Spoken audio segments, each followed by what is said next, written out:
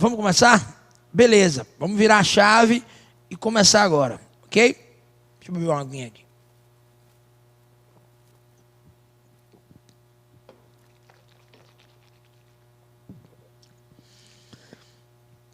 Meus amigos, vamos começar o tema de hoje, o nosso tema da aula de hoje, para a segunda fase de penal, FGV, é o tema prisão e outras medidas cautelares.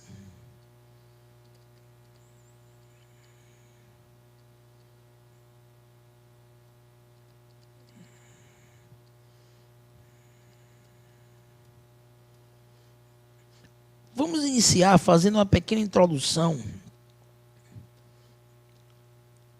a essa segregação, o tema prisão e outras medidas cautelares.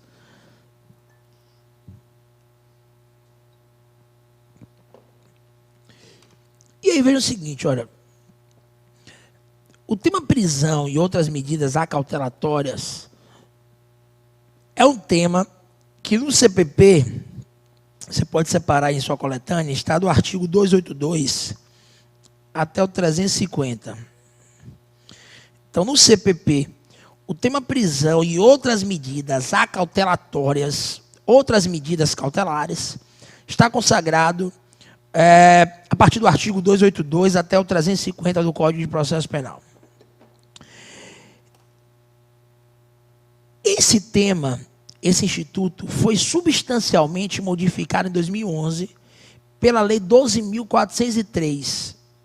Então, a Lei 12.403, que passou a vigorar em agosto de 2011, alterou substancialmente o tema privação de liberdade em termos cautelares, em termos provisórios, o tema prisão e outras medidas acautelatórias.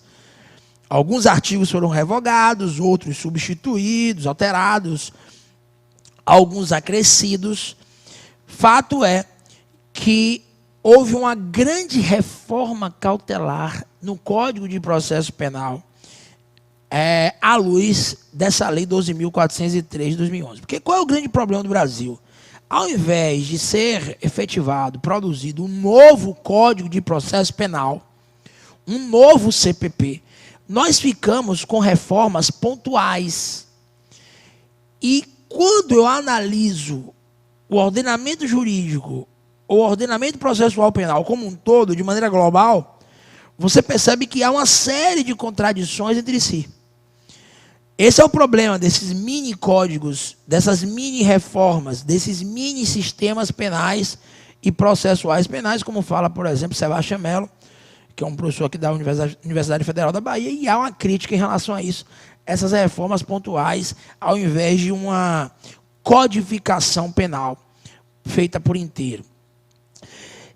Um exemplo disso, claro, é a questão do pacote anticrime. O pacote anticrime, ele alterou também, mais uma vez, a Lei 13.964 de 2019, ela alterou também, de maneira significativa, o tema prisão e outras medidas acautelatórias, ok? Prisão e outras medidas cautelares. Então, é um tema que, claro, se a lei for posterior ao seu edital, uma eventual prova da OAB que você venha fazer, se o tema é posterior ao edital, poderia cair.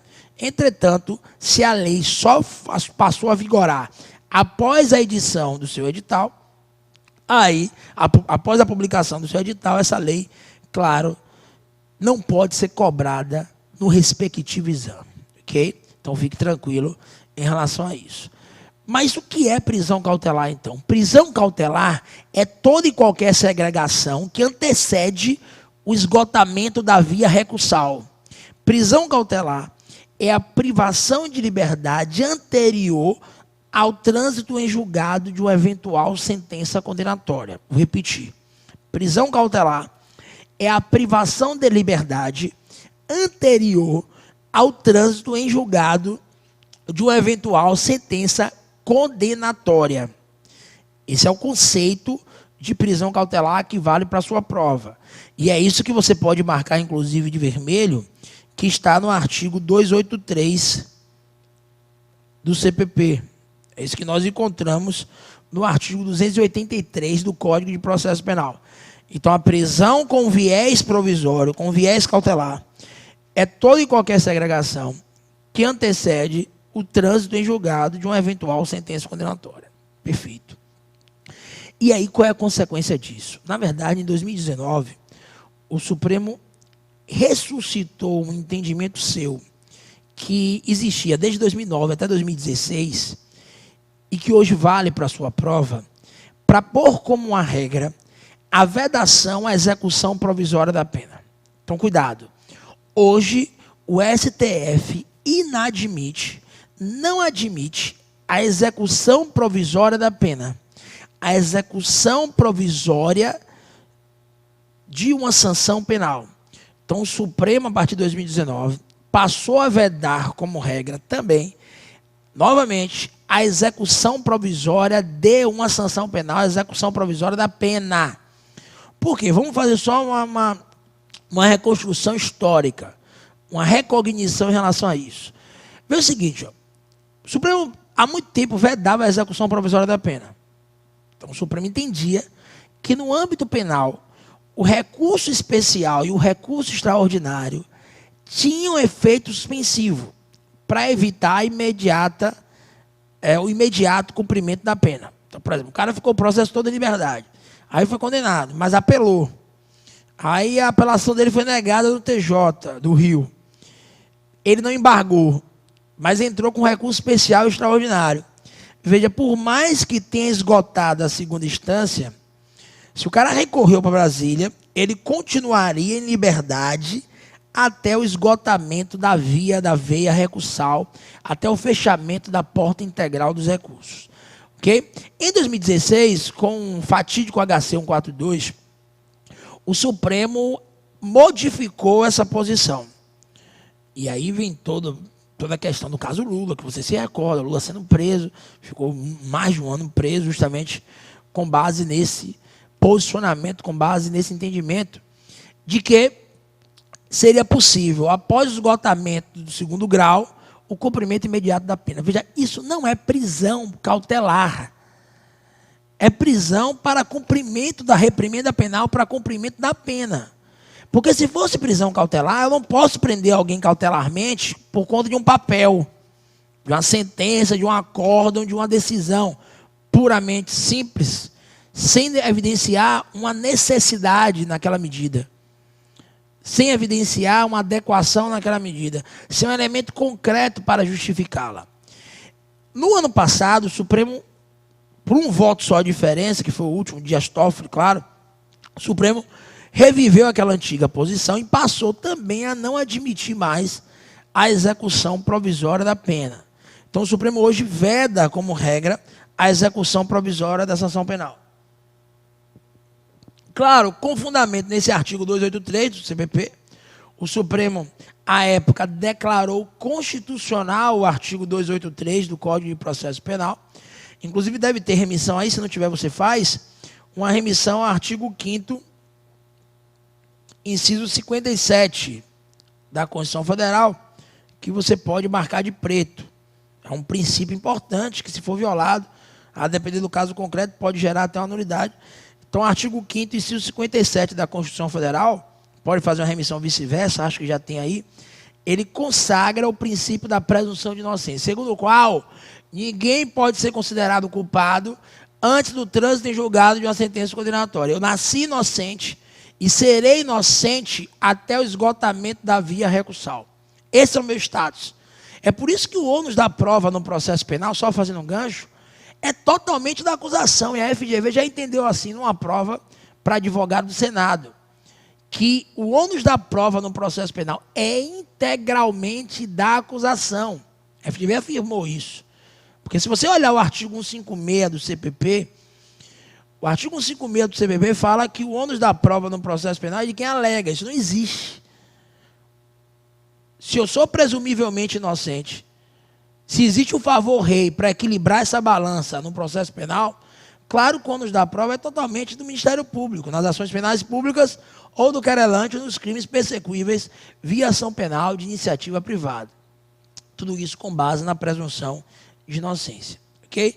Então, a presunção de inocência, ela tem alguns efeitos importantes, que é, por exemplo, entregar o ônus da prova totalmente para a acusação, e que é também considerar toda a privação de liberdade anterior ao trânsito em julgado com natureza cautelar, ok? É o que você encontra, marca, por exemplo, aí, é o que você encontra no artigo 387, o parágrafo 1º do 387 do CPP. Porque o parágrafo 1º do 387, ele exige, quando o juiz condena o réu, uma fundamentação concreta, uma motivação quanto à necessidade da prisão, quanto à impossibilidade de impor outras medidas em substituição ao mal maior que é a segregação.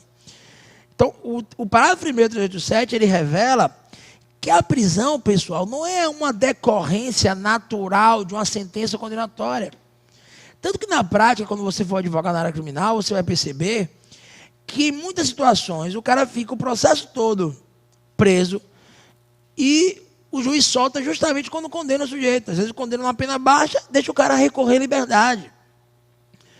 Porque a prisão não é uma consequência natural de um édito condenatório, de uma sentença condenatória. Quer prender na sentença? Tudo bem, mas tem que fundamentar, porque a segregação continua sendo cautelar. Okay? O mesmo está no parágrafo 3º do artigo 413. 413 do CPP você marca de lilás, mas o parágrafo 3º pode marcar de vermelho, porque na verdade o parágrafo 3º, ele...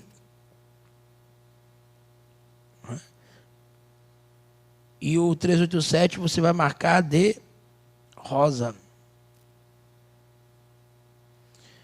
Porque o parágrafo 3º, ele fala a mesma coisa sobre a pronúncia. A pronúncia, parágrafo 3º do 413, é a decisão que manda o réu a júri nos crimes dolosos contra a vida. A gente falou isso na aula, por exemplo, de memorial no júri. E quando o juiz pronuncia o réu, manda o réu a júri, ou encaminha para a segunda fase do procedimento, ele tem que dizer se vai manter o cara em liberdade ou não. Ele tem que fundamentar. Então, não existe mais a prisão decorrente de pronúncia. Não existe mais a prisão decorrente de sentença condenatória recorrível. São modalidades de prisões cautelares, ao menos em um Estado democrático de direito que preza pela presunção de inocência, que preserva o princípio que está no artigo 5º, inciso 57 da Constituição Federal. Ok? E por que tudo isso? Porque entendam que desde 2011, isso ficou mais claro, claro que numa análise constitucional, numa hermenêutica constitucional, sempre foi isso que esteve na Constituição Federal. Mas no Código de Processo Penal, isso ficou mais claro em 2011, de que a prisão é a última ratio, pessoal.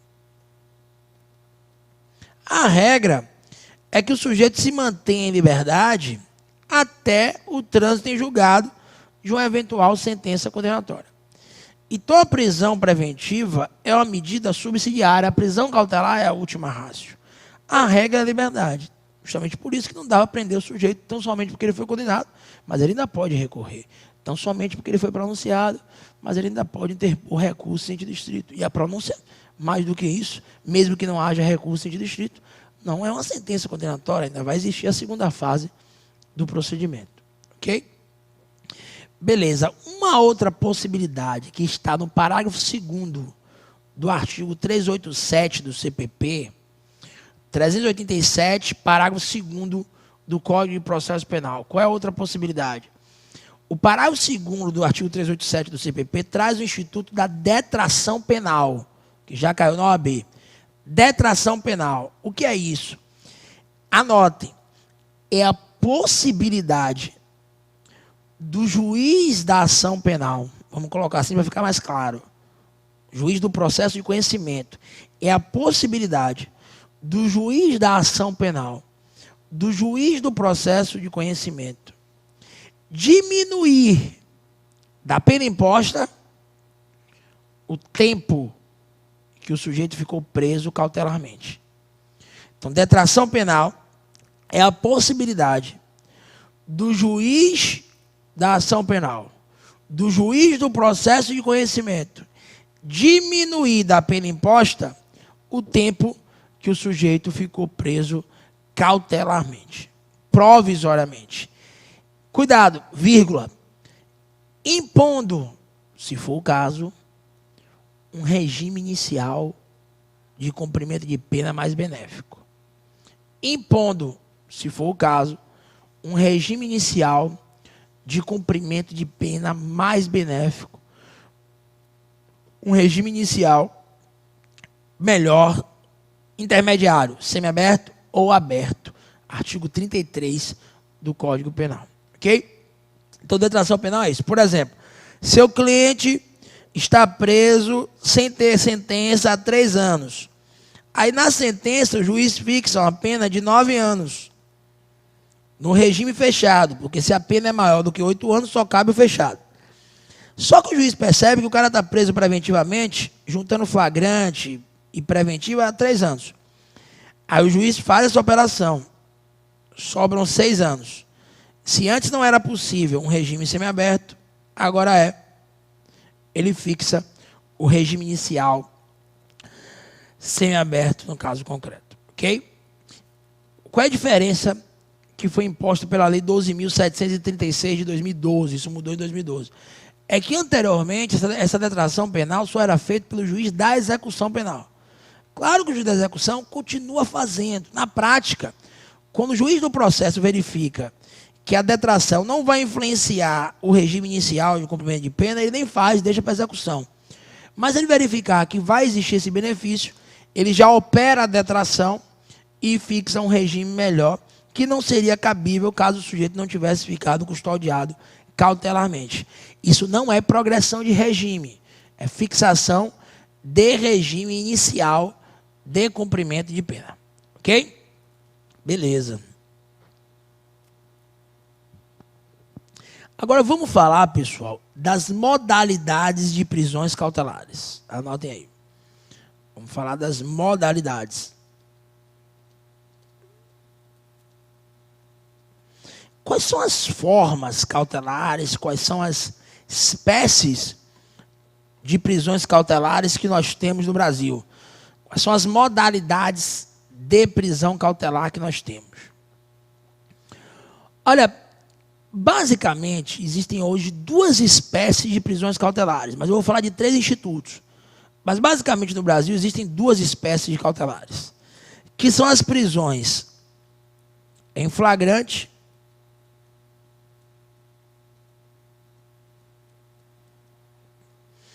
a prisão preventiva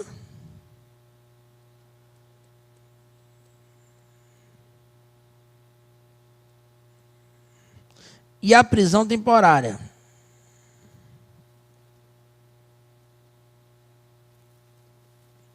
Por que a prisão em flagrante foi excluída dessas 2 hipóteses que eu citei? Porque eu afirmei que só existiam 2 espécies de cautelares, eu coloquei aqui no quadro 3. Porque o flagrante, na verdade, é uma medida pré-cautelar. O flagrante é uma medida que detém uma pré-cautelaridade. É uma medida pré-cautelar. Porque o flagrante, ele nasce com os dias contados. A Auri fala isso. Badaró e tantos outros. A prisão em flagrante não vai durar, basicamente, não deveria durar mais do que 24 horas. Pela construção jurisprudencial que nós temos, eu posso afirmar o seguinte, que são 24 horas para comunicar a prisão ao juiz, encaminhando o APF, e mais 24 horas para realizar a audiência de custódia. Então, dá para afirmar que, no máximo, você expande isso para 48 horas. 24 horas para comunicar a prisão em flagrante ao juiz, e mais 24 horas para realizar a audiência de garantias, que muitos chamam de audiência de custódia. Mas na audiência de custódia, algo vai ter que ocorrer. Eu não posso ficar nesse locus flagrancial, nessa situação de flagrante delito. Ou solta o cara, ou decreta preventiva, ou converte o flagrante em preventiva. Preso flagrancialmente o sujeito não pode ficar. A prisão em flagrante ela não vai se perpetuar. Por isso que o flagrante ele é denominado ou tem natureza jurídica pré-cautelar. Tem natureza jurídica com uma pré-cautelaridade e não de medida cautelar. Porque uma das características das medidas cautelares é justamente o quê? A jurisdicionalidade. A jurisdicionalidade é uma das características das medidas cautelares. Consequentemente, a prisão em flagrante ela acaba sendo afastada dessa possibilidade ou dessa exigência. Porque, por exemplo, marca lá de vermelho o artigo 301 do CPP. O 301 do CPP, ele fala do flagrante obrigatório e do flagrante facultativo. Porque qualquer pessoa pode prender quem estiver numa situação flagrancial. É o que Norberto Avena denomina como sujeição ativa do flagrante. Quem pode prender alguém que esteja numa situação flagrancial? Qualquer pessoa, eu posso. O particular pode fazer a prisão. E os prepostos de polícia são obrigados a fazê-lo. Então eu tenho um flagrante facultativo em um exercício regular de direito, tese de defesa, capaz de afastar um eventual ilícito, que seja meio para o arrebatamento flagrancial, e eu tenho o flagrante obrigatório acobertado por um estrito cumprimento de dever legal, outra tese defensiva que pode ser levantado, tudo isso à luz do artigo 23 do seu Código Repressivo do Código Penal, ok? Então, cuidado. 301 do CPP traz o flagrante obrigatório e o flagrante facultativo. É o que você tem aí no artigo 301 do Código de Processo Penal. Então, o flagrante, ele, em regra, ele vai dispensar a ordem judicial. Essa é a sujeição ativa do flagrante. Então, por exemplo, sujeição passiva do flagrante. Você tem no Código de Trânsito Brasileiro, que é o artigo 301, salvo engano, confirma para mim se é o 301 ou o 304, que é o do CTB. 301 ou 304 CTB. Deixa eu confirmar aqui, que é um artigo que eu sempre esqueço esse artigo. E aí ele fala o seguinte, o CTB, ele impede a prisão em flagrante daquele que, nos casos de crimes de trânsito, providencie imediato socorro à vítima, né? Você tem um óbice, pronto, 301 mesmo. Ao condutor de veículo, nos casos de acidente de trânsito, do que resulte vítima, não se imporá a prisão em flagrante, nem se exigirá fiança, se prestar pronto e integral socorro à vítima. Claro que em algumas situações, isso pode ser tese de defesa também, o cara está com risco de ser lixado. Ele pode telefonar, mandar alguém ir socorrer, enfim, comunicar aos órgãos competentes para evitar que a vítima venha a falecer, por exemplo. Então aqui eu tenho uma vedação contra a sujeição passiva do flagrante nesse artigo 301. Marca de preto, porque se fizer o flagrante aqui, óbvio, nesse caso, a prisão ela vai ser ilegal. Então marca de preto o artigo 301 do Código de Processo Penal. Beleza. Agora, feito isso, existe uma hipótese de flagrante, que a FGV já cobrou isso numa primeira fase do exame, que passa pelo crivo jurisdicional. Na verdade, é um caso que pode acarretar em flagrante, que acaba exigindo a sujeição do juiz, ok? Marca de preto o artigo 53 da Lei de Drogas e o artigo 8º da Lei 12.850 de 2013.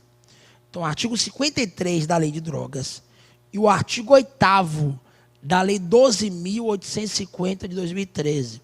Deve ter aí até uma remissão vice-versa, se não tiver, você já faz. Que tratam da chamada ação controlada e não atuação dos prepostos de polícia, que pode acabar configurando uma espécie de flagrante diferido.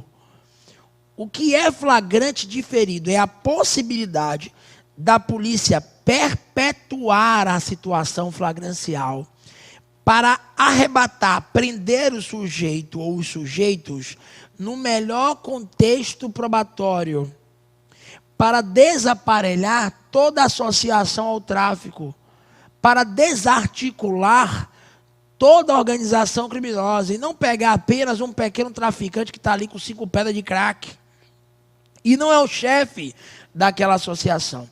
Então, esse é o flagrante diferido ou flagrante protelado, perpetuado, como você quiser chamar, mas fazendo menção ao fulcro correto. Qual é a peculiaridade? Na lei de drogas, essa ação controlada da polícia, porque veja, a polícia vai ver um crime sendo praticado e não vai agir. Então, por exemplo, Rocha Loures sai do restaurante, deputado, 500 mil na mala, policial federal olha para o outro e fala, segura aí, segura, deixa ele ir embora. Tanto que o cara depois devolveu o dinheiro faltando ainda 40, 30, 50 mil reais, não lembro. A polícia poderia agir naquele momento, não vou entrar no mérito se tinha ali situação flagrancial ou não, mas eventualmente poderia agir, mas não, deixa o cara ir embora com o dinheiro. Ver um crime sendo praticado e não agir, isso demanda crivo jurisdicional. Qual é a diferença aí que já veio em prova? Na lei de drogas, eu preciso de ordem judicial prévia. Eu preciso de uma decisão autorizando o controle da ação policial. Na lei de combate ao crime, aí é diferente, porque o juiz vai ser comunicado da medida. E se entender por bem, vai impor os limites, ou impor limites. Então, olha a diferença. Flagrante diferido. Na lei de drogas, tem que ter ordem judicial prévia. Na lei que trata do combate às organizações criminosas, você tem um crivo jurisdicional, o juiz vai ser comunicado e, se quiser, vai impor limites. Ok? Então, isso acaba excepcionando aquela ideia de que, para fazer o flagrante, eu dispenso o crivo judicante. Ok? Análise jurisdicional prévia ou concomitante a essa segregação. Beleza. Agora, vamos fazer o seguinte, eu vou colocar aqui no quadro algumas expressões ou espécies de flagrante delito, para a gente poder ficar preparado se eventualmente isso cair na prova. Professor, e as peças da prisão? Calma. Calma. A gente vai chegar lá. Teoria e prática tem que andar de mãos dadas. Sua prova não é só a peça, tem questão discursiva. Muita gente boa já não conseguiu a aprovação porque se deu muito bem em peça. Chega na questão, não vai bem. Não consegue resolvê-la a tempo. Deixa a questão em branco porque não deu tempo. Então tem que tomar cuidado com isso. Não fazer rascunho de jeito algum. E compreender também a importância das questões discursivas. Já vi gente tirar, por exemplo, 4,7 na peça profissional e chegar nas questões, não conseguir aquele um pontinho que era extremamente importante. Ok? Então, cuidado. A gente tem que unir teoria e prática. Até porque, se você analisar a prova da OAB hoje, os requisitos formais da peça profissional é o que menos pontua, né? O grosso da pontuação, realmente, é esse arcabouço teórico. Então, claro que você tem que saber identificar a peça, saber o modelo, o esqueleto, a gente faz muito isso. Mas você tem que ter musculatura teórica também. Tem que ter esse substrato teórico para poder fazer sua petição e resolver com sucesso as questões discursivas. Vem cá.